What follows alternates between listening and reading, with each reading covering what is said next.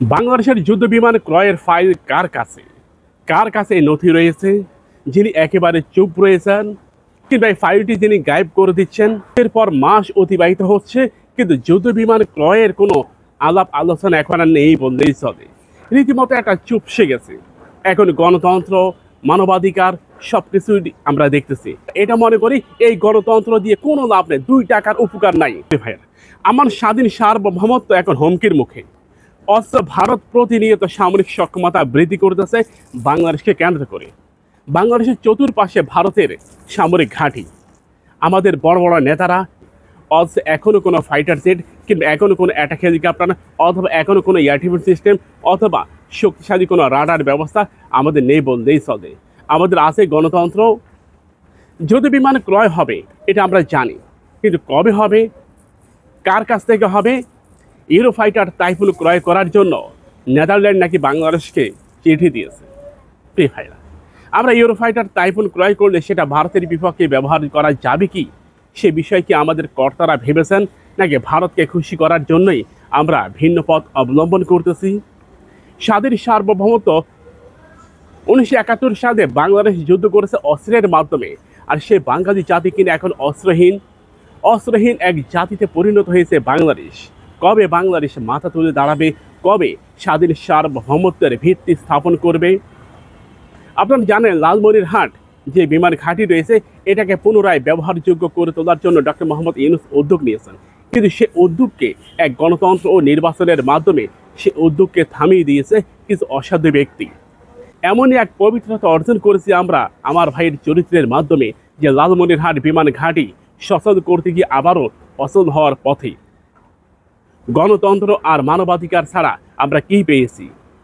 ভারত আমাদেরকে প্রতিনিয়ত এটা বলে, তোমাদের গণতন্ত্র প্রয়োজন, মানবাধিকার প্রয়োজন, কিন্তু এই গণতন্ত্র মানবাধিকার আমার স্বাধীন সার্বভৌমত্বের নিরাপত্তার বিন্দু পরিমাণ উপকার করতে পারেনি। স্বাধীনতার 53-54 বছর পরে এসে আমি বলতে হচ্ছে আমার নিরাপত্তা একেবারে শূন্য। আমার নিরাপত্তা একেবারে শূন্য। আমার নেই কোনো আকাশ প্রতিরক্ষা ব্যবস্থা, নেই কোনো রাডার সিস্টেম, আমার অ্যাটাক হেলিকপ্টার নেই।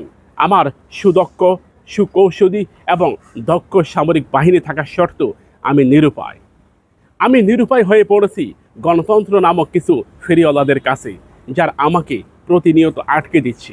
বাংলাদেশ সেনাবাহিনী ঢাকা ক্যান্টনমেন্টে চাকরি করে 4 জন ঊর্ধ্বতন সামরিক কর্মকর্তা। চিন্তা করে দেখুন, ভারতের 4 জন ঊর্ধ্বতন সামরিক কর্মকর্তা আমাদের ঢাকা ক্যান্টনমেন্টের ভিতরেই চাকরি করে, আর চাকরির জায়গা পেল না বাংলাদেশ, আর চাকরির সুযোগ দেওয়ার সময় পেল না।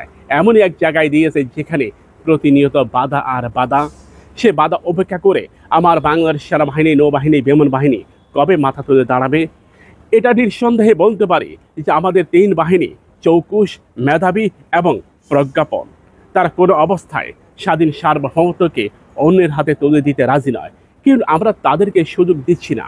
আমরা প্রতিনিয়ত তাদেরকে বাধা প্রদান করতেছি। তাদের চাহিদা অনুযায়ী সামরিক সরঞ্জাম, সামরিক অ্যাক্সেসরিজ তাদের হাতে তুলে দিতে পারে না। আমরা ভেবেছিলাম ডক্টর মোহাম্মদ ইউনূস দায়িত্ব গ্রহণ করার পর একটা কিছু হবে, কিন্তু এটা যে সে আগের মতোই, আগের সেই গণতন্ত্র নিয়ে, মানবাধিকার নিয়ে চলতে থাকা ভঙ্গুর এক বাংলাদেশ আবার সেই পথে এগিয়ে যাচ্ছে। আবারও স্থবির হবে যুদ্ধ বিমান ক্রয় যুগ। হয়তো আমাদের অপেক্ষা করতে হবে। আমাদের বাংলাদেশের আপামর জনগণকে এগিয়ে আসতে হবে। বাংলাদেশ সেনাবাহিনী, নৌবাহিনী, বিমান বাহিনীকে তাদের দেশপ্রেমকে আবারও একবার প্রমাণ করতে হবে। তারা শক্ত ভূমিকা নিলেই হয়তো তথাকথিত গংরা আবারও নিশ্চুপ হবে। সেখান থেকে ভারতের রয়ের এজেন্টরা বেরিয়ে যাবে।